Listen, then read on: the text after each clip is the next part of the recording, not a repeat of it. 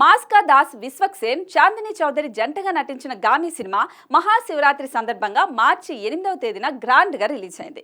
విద్యాధర కాగిత దర్శకత్వంలో గామి తెరకెక్కింది. మొదటి ఆట నుంచే ఈ సినిమాకు పాజిటివ్ టాక్ వచ్చింది.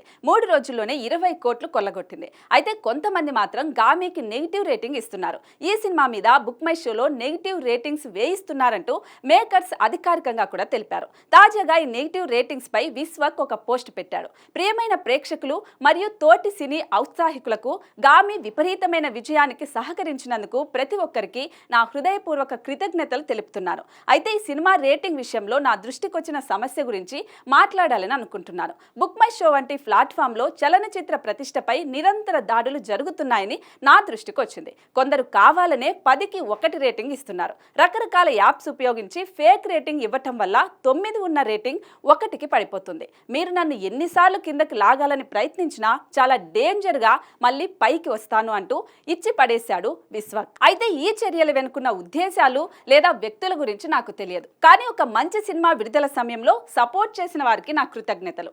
ఈ వ్యవహారంపై చట్టపరంగా ముందుకెళ్తానంటూ రాసుకొచ్చాడు విశ్వక్. అయితే కావాలని విశ్వక్ సేన్ సినిమాపై నెగిటివ్ ప్రచారం ఎవరు చేయిస్తున్నారనేది హాట్ టాపిక్ గా మారింది.